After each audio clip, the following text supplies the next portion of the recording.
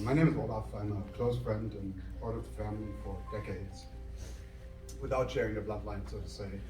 And for the next 30 minutes, I want to give you, I'm attempting to give you an idea of Lou's long life.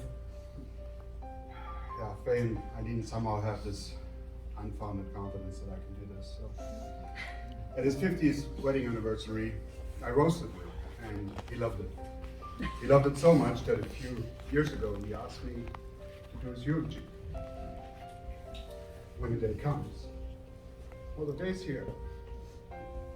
Make it fun. I want people to laugh, he said. To which I said, that's a tall order, Lou. Ironically, putting the words tall and Lou in the same sentence.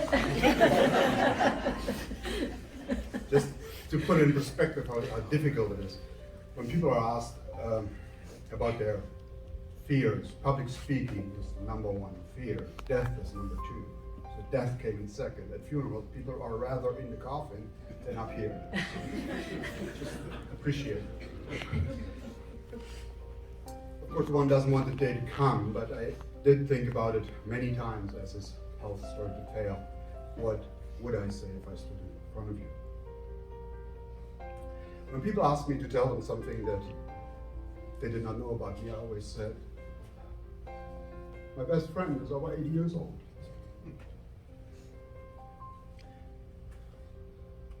I can no longer say that, but I do feel very lucky. In fact, privileged to have had it in my life. I'll get it together in a second. I guess that's what today is all about, celebrating his life in our small or large parts in it. Lou was born March 1st, 1933. That is a long time ago. Just to put it in perspective, his birthday was closer to the end of the American Civil War than to today's date. So born in 1933, ironically, the same year Adolf Hitler came to power, but I'm sure that wasn't Born in Hanford, California, Lou had a brother that died in infancy. Therefore, Lou grew up as an only child. His best friends were always animals. He became the Central Valley Dr. Doolittle, so to say. He nursed an injured pigeon to health that would sit on his shoulder and eat out of his hand. The bird would wait outside the classroom window for him to finish school. The little family was his mom, Bernice, and his beloved stepdad, Joe. They moved to the country just outside of Hanford, and Lou went to Delta View Elementary School. Lou grew up in a typical Portuguese family, the Souzas and the Silvas. Lou always shared the story of him as a child taking his first Aikido role when he interrupted his friend and got whacked across the face. True. Different times, I guess. Apparently, Grandma Silva was such a piece of work that Lou wanted to get back at her in the worst way. His plan was to anger the family rooster, hoping it would eventually attack Grandma. So for weeks straight, he lured the rooster every night to stick his head through the chain link fence, grabbed his neck, smacked him around. Not at all like Dr. Doolittle, but it sure had the desired effect. The rooster got angry and mean, and when Grandma Lily Silva stepped into the coop to feed the animals, Lily was her first name. She was attacked viciously. Young Lou's mission was successful. They also had chicken soup that very night because they were their grandma.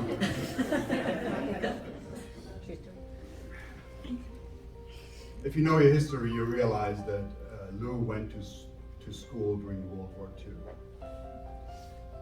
Lou was always had a little bit of a temper, so it's no surprise that after the attack of Pearl Harbor in 1941, Lou was only 8 at the time, but he did beat up a Japanese kid in school because Pearl Harbor. Just to find out later that the dude was actually Chinese. After the war, they moved back to Hanford, where Lou's dad, Joe, started a construction business, building barns for the many dairies in the valley. Although not a fan of construction work, Lou helped out his stepdad whenever he could. During high school, Lou also worked part-time selling shoes at Montgomery Ward.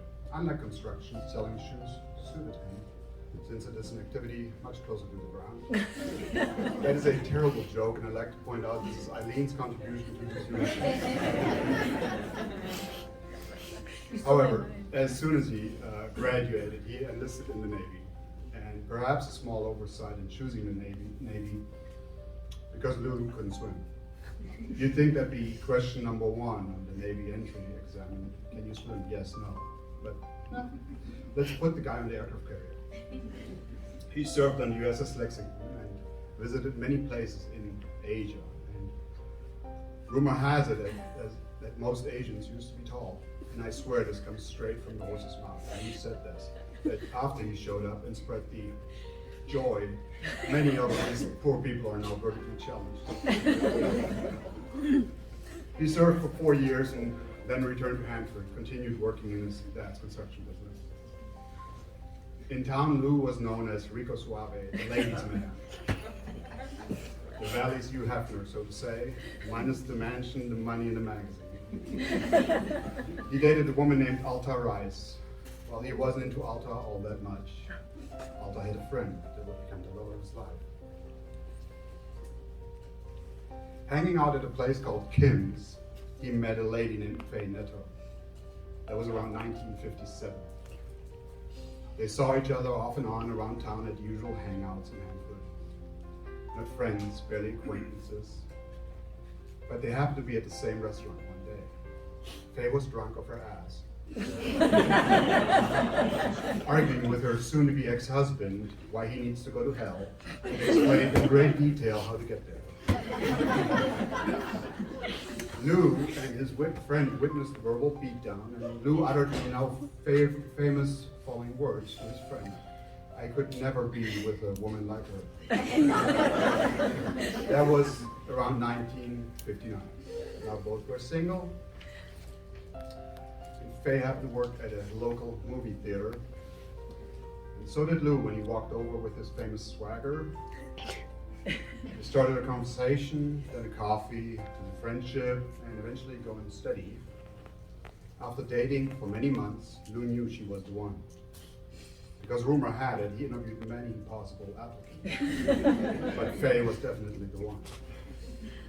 Fast forward to Valentine's Day 1960. They exchanged gifts, as couples do. But then Lou, in the cockiest possible manner, brought a ring, dangled it in front of her like a carrot, and said, "You want this too?" I mean, who does that? Arguably, the worst proposal. Faye did say yes. They got married July 21st, 1960. A marriage that was going to last almost 62 years. Faye had a daughter, Jeannie, from her first marriage. Valerie was born the year after the wedding, and Eileen in 1964. 1964, that's almost 60 years, 60, 5 years before we landed on the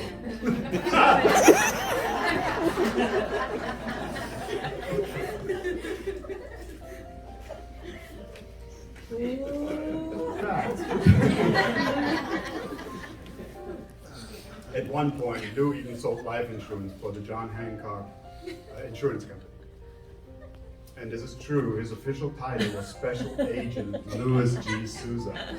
I imagine him introducing himself as Souza, Louis Souza. Making fun of it, but I do believe he was extremely successful and got a ton of awards to prove it. Then he worked at the Lemoore Airport. However, that job transferred him to San Diego.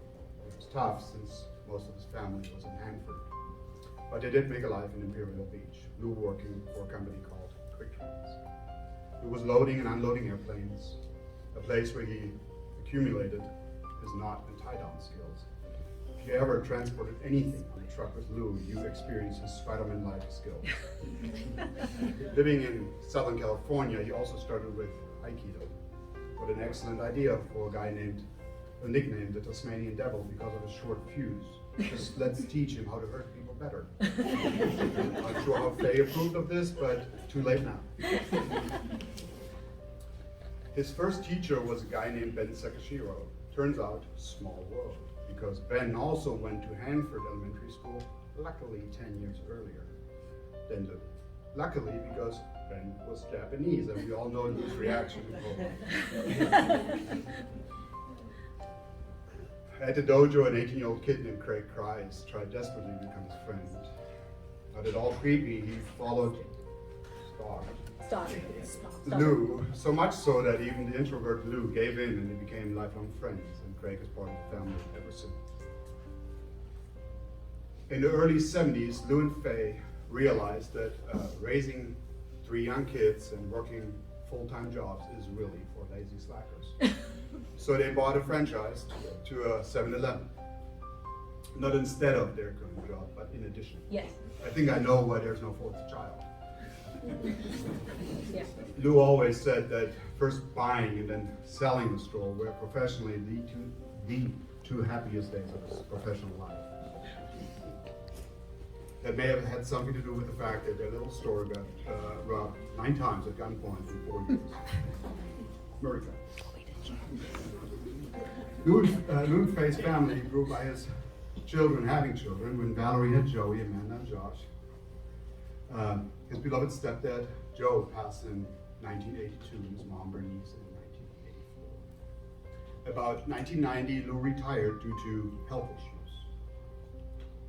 When Faye also retired in 1994, they moved back to Hanford because, well, casinos and bingo.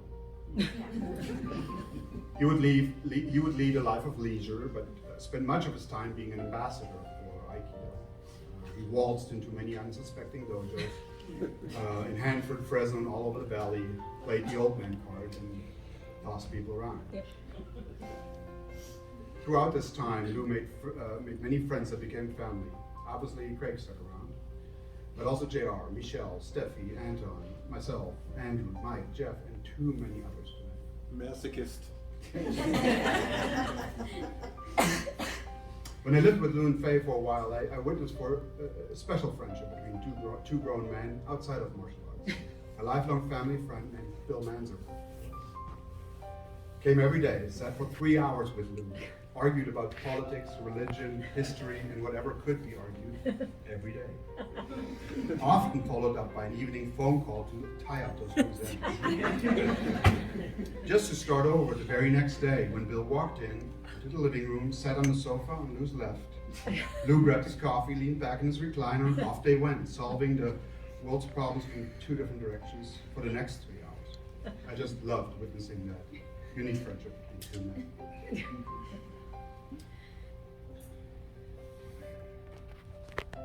In 2001, his granddaughter Bianca was born. Steffi and I happened to be sitting across from Lou and Faye when the call came. Eileen was in labor. As it were, to a surprise, we were at the casino, eating prime rib. As soon as Faye uttered the words, "The baby's coming," Lou bolted. And to this day, this was the only time I've ever seen him get up from a steak dinner. He was the proudest grandpa I've ever met. Listening to him talking about Bianca, you thought she split the atom. I was due for a Nobel Prize any second. Not that you aren't, but Lou beaming every time he talked about her was a sight to be seen. As they both got older,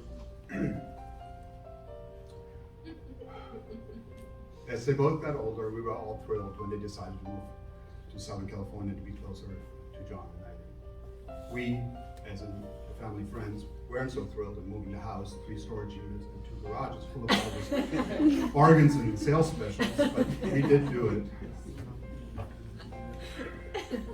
They bought a house near John and Eileen. Life was good.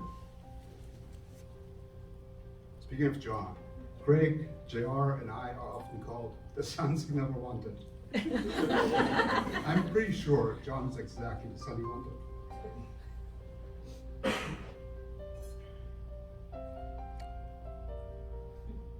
I've never heard a father talk about a son-in-law like Lou did about John.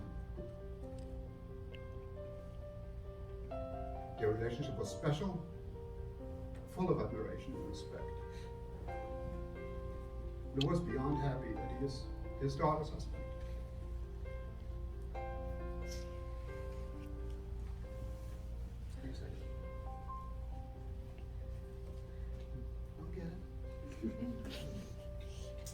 They don't sell liquor here, so I gotta get through this.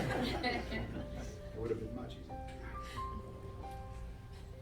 A few years ago, they sold their house and moved in with John and Eileen, making plans to eventually move to Texas together once John and Eileen retired. But throughout the last year, most notably earlier this year, Lou's health declined and he was put in hospice. I arrived on a Friday night, the weekend of the 15th, and he was still clearly aware who was present and speaking. There was no mystery what was about to happen, but he seemed restless. I felt he didn't want to go because he didn't want to leave Faye. I could tell in searching eyes and his worried demeanor. I leaned in and whispered in his ear that we promised to take care of Faye and that he can't let go. The biggest smile that dying man can muster came across his face. He closed his eyes a few hours later, could never open again. But stubborn as always, he kept on breathing, surrounded by us, while we were watching silly Steven Seagal movies, classics he loved on TV in front of his bed. We laughed and cried watching those movies with him, peacefully sleeping between us. It was a bit surreal, but quite beautiful. He passed surrounded by many of us here today on Sunday morning. That is the official short story of his life. Technically the end of the eulogy, but since I have the mic, I shall start off the open mic session and share a few things from my point of view about my best friend.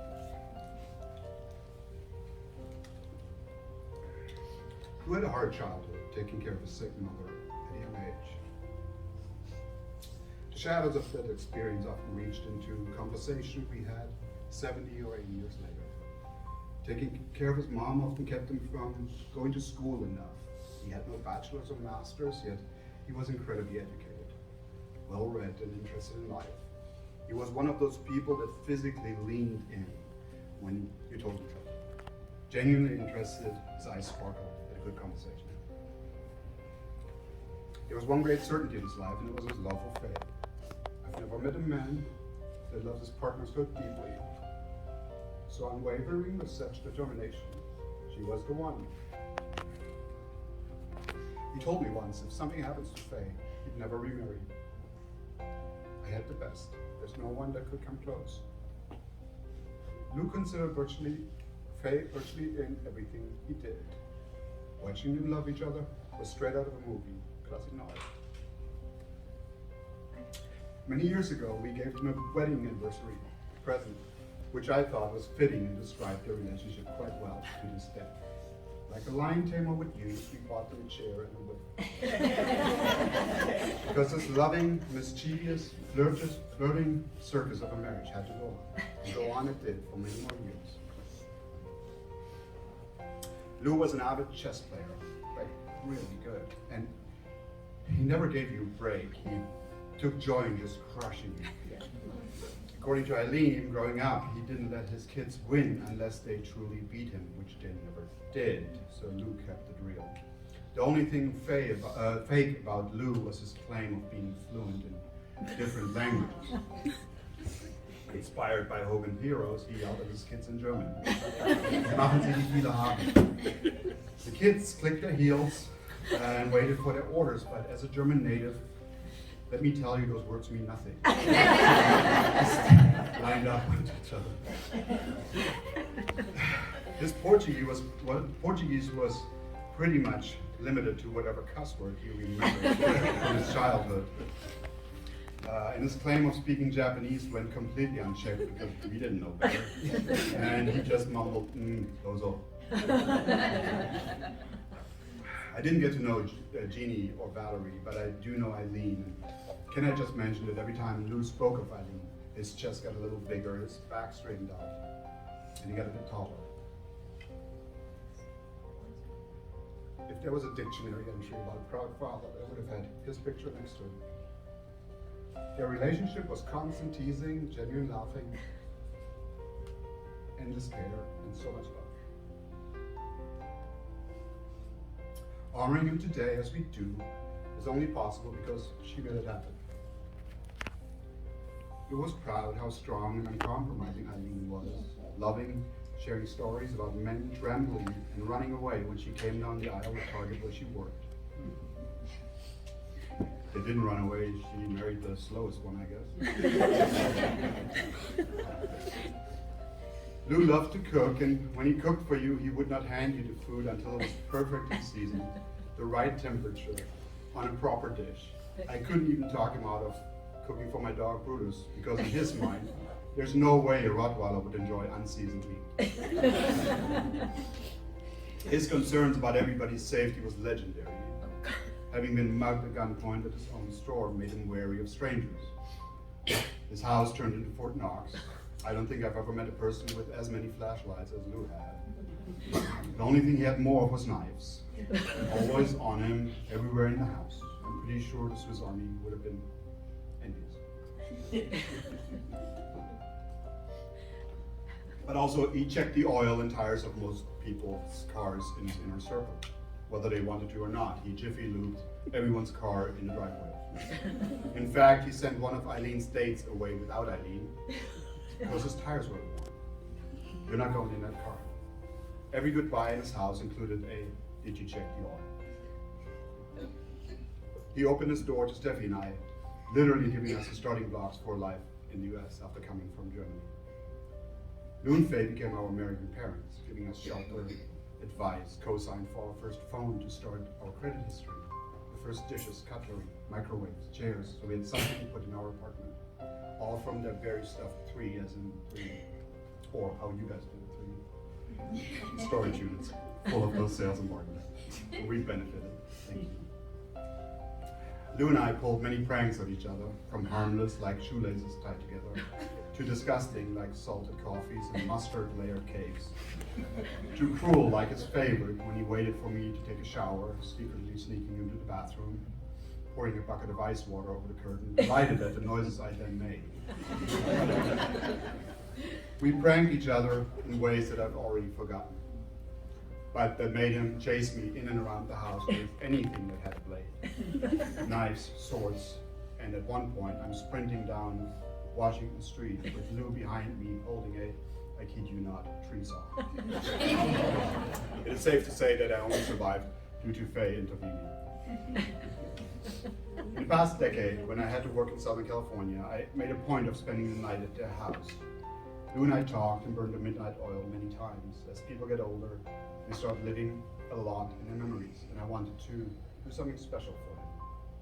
So I found out that the aircraft carrier, the USS Lexington, that he served on was now a museum in Corpus Christi, Texas. I got in contact with the director, and we were all going to go there with TV and newspaper waiting, making Lou famous.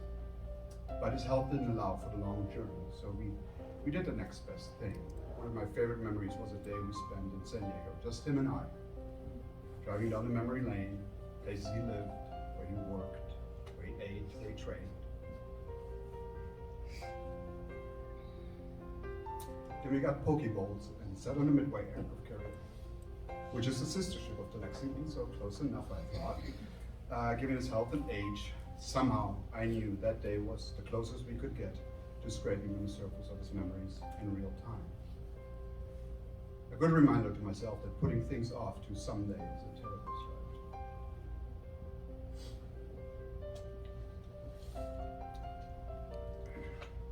I would love to share what he meant to me. I can't possibly unravel the bandage that I just put on. Let me just say that whatever happened to me, whatever I did or didn't do, good or bad, he was always my first phone call. My best friend, my mentor. I wanted to be like him. Kind, funny, smart, strong. Forged through struggle in life and through decades of disciplined martial arts, he was like many of us here in this room, only better. So let me finish with this. Lou's legacy shows me that one day we all will be just memories for some people. Let's do our best to be good ones.